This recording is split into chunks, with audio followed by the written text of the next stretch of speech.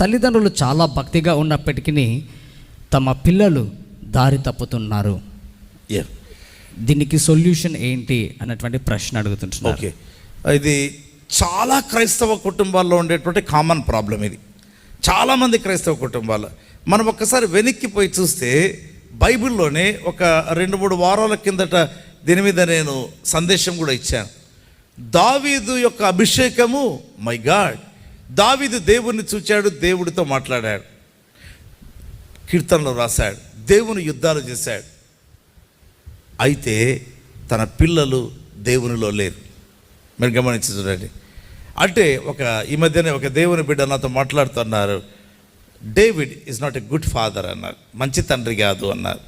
ఎందుకంటే అతని కుమారులు అబ్షాలోము కానివ్వండి, లేకపోతే అదోనియా కానివ్వండి, ఈ విధంగా మరి కుమారులు దాదాపు దారి తప్పారు.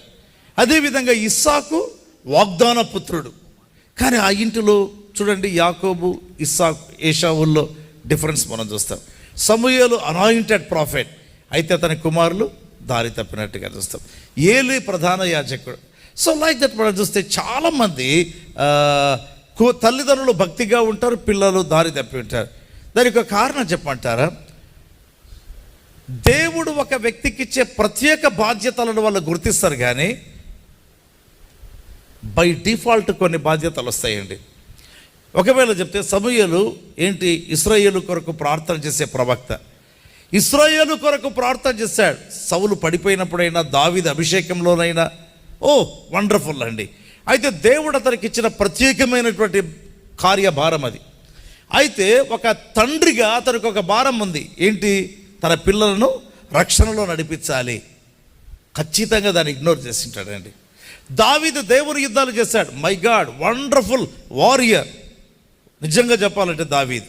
అయితే తన ఇంటిలో పిల్లలను దేవుని క్రమంలో నడిపించడంలో ఒక విధంగా ఫెయిల్ అయ్యాడు.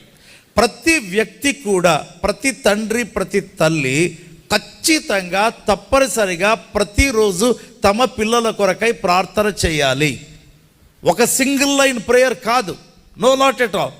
ఎందుకంటే వాళ్ళు ఇంటిలో నుండి బయటికి వెళ్ళగానే లోకంలోకి వెళ్తారు, బ్యాడ్ వరల్డ్లోకి వెళ్తారు.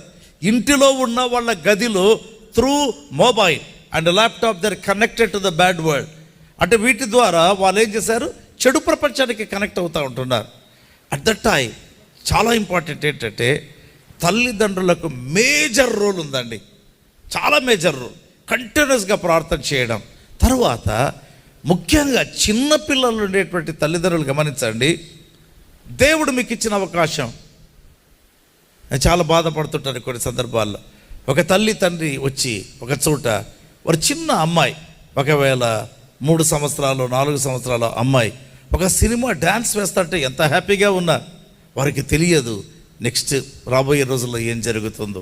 కాదండి, ట్రైనప్ చేయాలి. అది కాదు, మనం చేయవలసింది మరొకటి. దావీదులాగా దేవుని కొరకై నాట్యం, దేవుని సంగతులు వాళ్ళకు చెప్పడం, బాల్యము నుండి వాళ్ళకు నేర్పించాలి.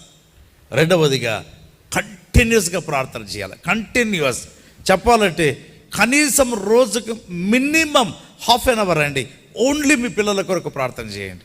కనీసం అంటే మీ ప్రార్థన ఒకవేళ 1 hour 2 hours, I don't know, at least a minimum of 30 minutes you have to pray for your children.